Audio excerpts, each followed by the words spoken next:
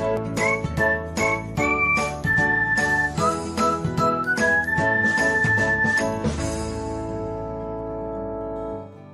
everyone, welcome back to another episode of Technologyglance.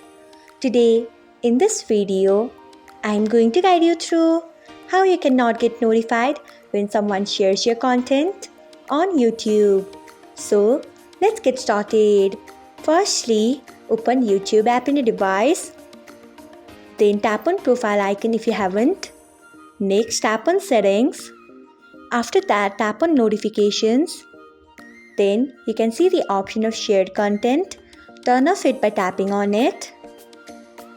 So this is how you can not get notified when someone shares your content on YouTube. Thanks for watching. If you found this guide helpful, we would love it if you hit the thumbs up button below. We upload great new tech tutorials like this one every day.